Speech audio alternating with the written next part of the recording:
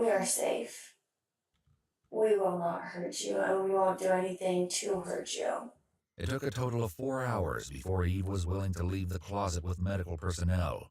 When examining her in the ambulance, EMTs discovered that she had wounds on her feet and decided that she and Russell both needed to go to the hospital. Thankfully, as Kevin's conversation with police continued, he was willing to provide some crucial context. And how many kids do you have, Kevin? I have 6 kids. So are they all living with you, or? No, I haven't seen them for over a year. Any of them? No, none of them. For a year? Over a year. Okay. I've been in a separation. From who? From my wife and family. Ruby invited me to leave the home while I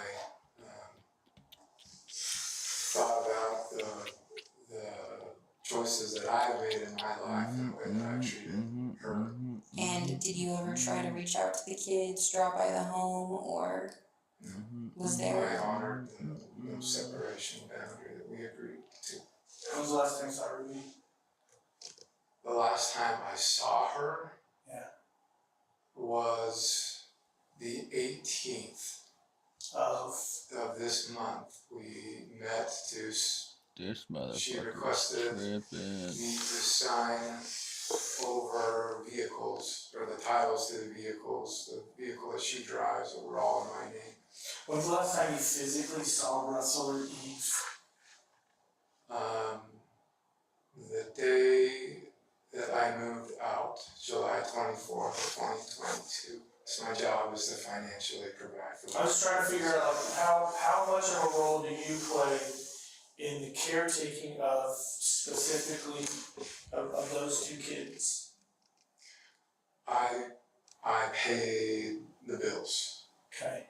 With my job, I provide the money, goes into a shared bank account, and that's my only involvement.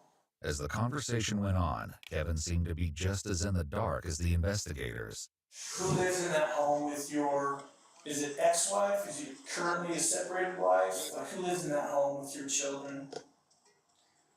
To be honest, I don't know. I know that she's there with 4 of the children, and our 2 older children have moved out. This likely came as a shock to investigators. If there were 4 Frankie children still living at home, that meant they weren't just missing Julie, but another one of Russell's teenage sisters, Abby. Before launching into a frantic search, the detectives decided to finish talking to Kevin, hoping he could give them an idea of where to look for the girls. As the conversation went on, though, Kevin's story only got stranger.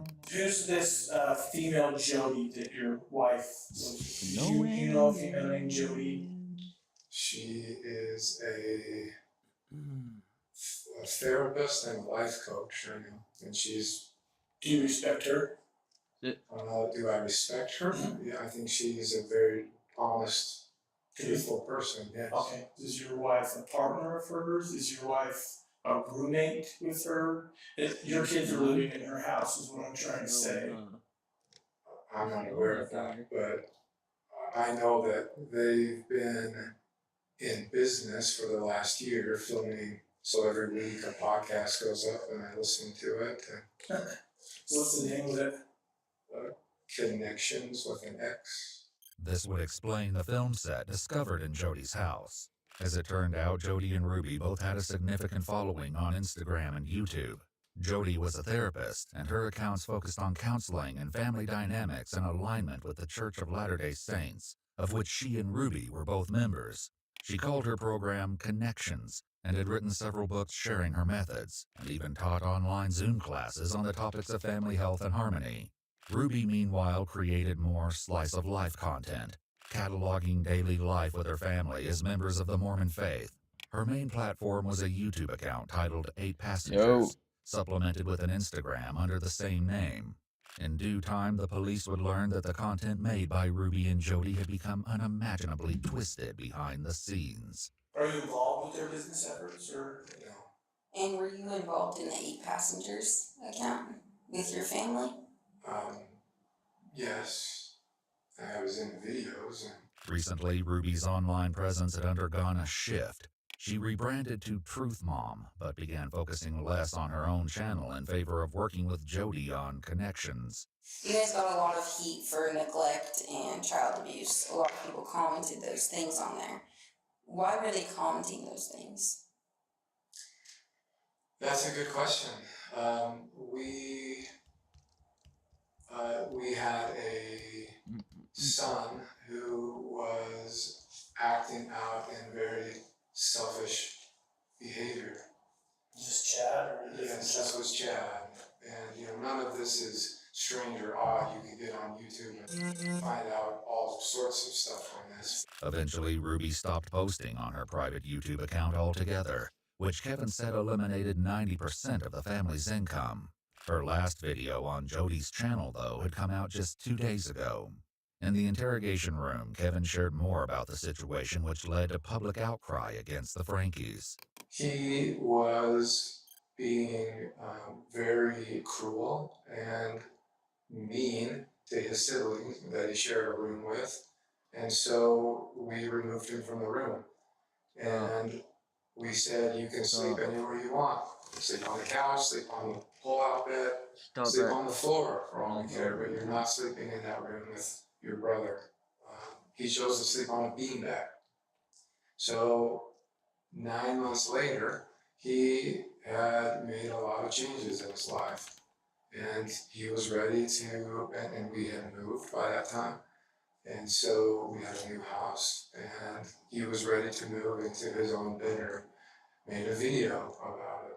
And in the video, he mentioned something of the effect of, I've been sleeping for 9 months on a beanbag.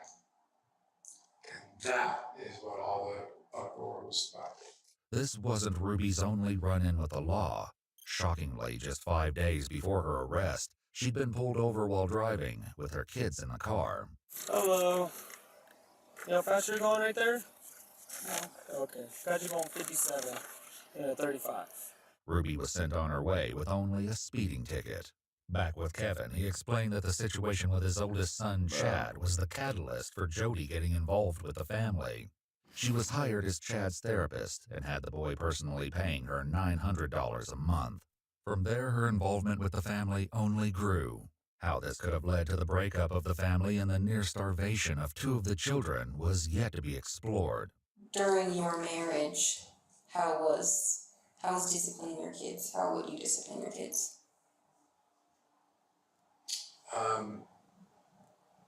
I'm not going to answer that question. Are you aware of the physical condition of your children? No, I've chosen to trust my wife with the children.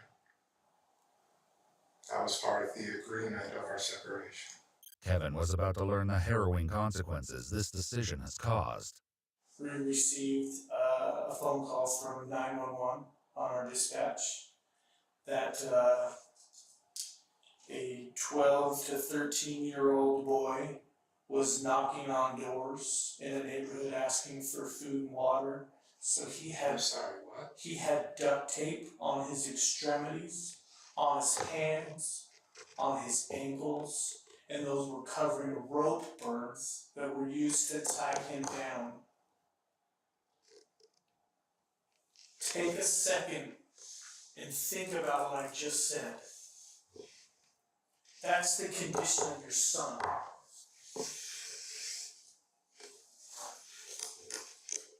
Given that information, your son was taken to the hospital.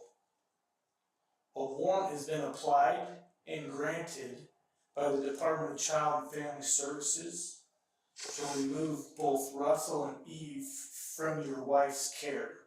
Do you understand that? I understand. Would you condone that behavior? Would I condone that behavior? That's my job. My job is to find out your knowledge of the treatment of these Based on your precious description, children. no. But again, I don't know the details, or I don't know. But as you described that sounds Horrible. Disgusting. No human being should be treated like that. The investigators stepped out to give Kevin